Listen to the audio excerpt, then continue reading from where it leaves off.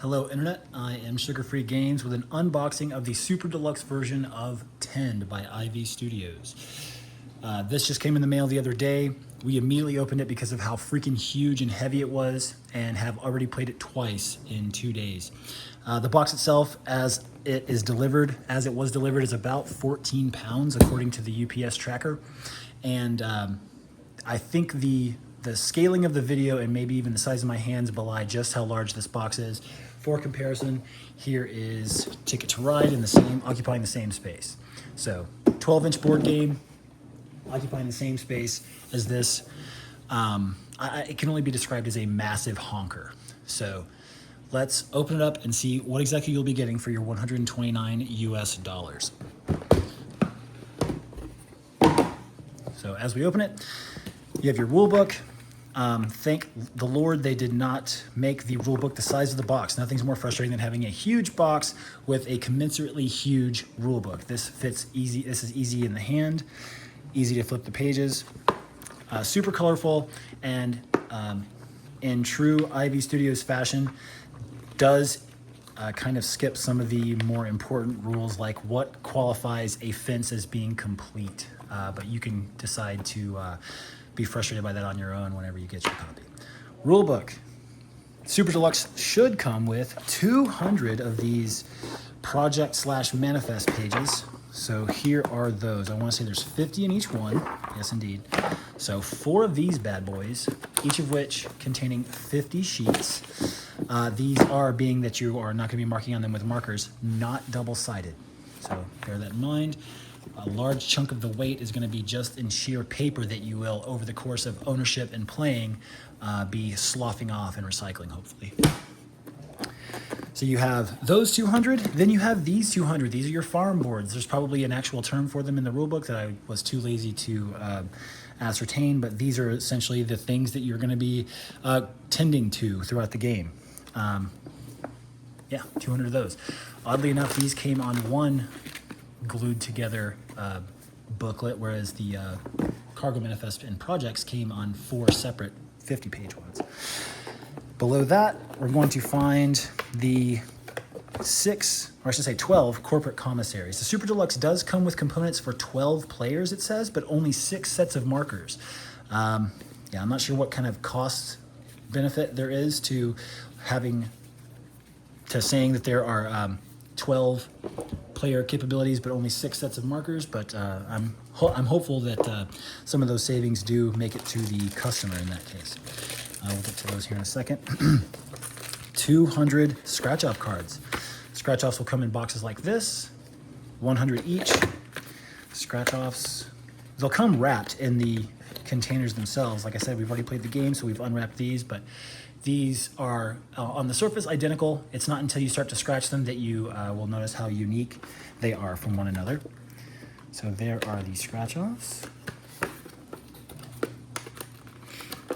Moving on and separating some of the components a little bit, I will say this could use some consideration towards some organization. Rolling dice. These D6 rolling dice, I would say, are about the size of a standard D6 die, the ones that you get in a bicycle brand multi-pack, or in 9 out of every 10 games that have dice are going to be the size of your rolling dice. Probably hence the name. Also, the 12 scratching coins. These coins have no use other than to be on theme, on brand with the Zenith Corporation. The Z is something that you'll see all throughout the game as the coins themselves. So you'll see the Z there. The coins themselves are Zenith Corp coins. So very cool, on theme, on brand, and super chunky, clinky, fun to manipulate. All right, into the main compartment here, or I should say into the component compartment. There's a double-sided neoprene game mat. Seems to be identical on both sides. I haven't really spent the time to investigate that, but this is where the flipping of the flip and writing will happen. You're gonna be flipping so hard, my guy. All right, 2 different types of ultra chunky. In the game, they're called 4x4 dice. That's the size of the area of your farm that these will take up. We have the pumpkin-ish ones and the milk-ish ones. You'll have a vegetable version and an animal version to unlock and farm. Then we have the other D6 size, standard D6 size dice. These are called 3x3s. Here we have the animal version. This is wool to an extent. And these are some sort of, I don't know, passion fruit, dragon fruit type of berry. Everything takes place off-world on a planet that we're trying to colonize with our cozy little farming. Don't be lured in by the bright and pretty colors. Zenith Corp is evil, and they'll do anything to hide that fact from you. So there we have those. Then we have the dice that the game calls 2x2. There are 3 different types of dice. There we have this type of berry, this type of animal. These are going to be the eggs. Those are the animal types. A pineapple, and then the berry that requires a trellis. So those are the differences there. As you continue, as you unbox and play your own copy, you'll notice that these are all distinct and easily discernible once you get the game, once you have the rules under you sufficiently well. And here's a pretty good representation of the 6 sets of 6 markers that you'll find in the box. This being the mining/chopping one, this one being the fishing one. You'll use these to denote which actions you take and also to fill your cargo manifest. I've noticed that whenever you use your standard black, crossing stuff out marker, there is the pretty standard, fine felt tip there on one end, and on the other end is a thick tip that you could use for marking, but this is actually super fantastic for stamping. I'll give you an example here on this piece of cardboard. Simply stamping stuff with that black circle is super useful. You don't have to scratch through anything. You can just put a black circle on stuff, and it denotes really well and quickly and easily that item has either been utilized or counted in one way or another. So there are the markers within. Here we have the stack of, these are standard playing card size cards if you guys are sleevers.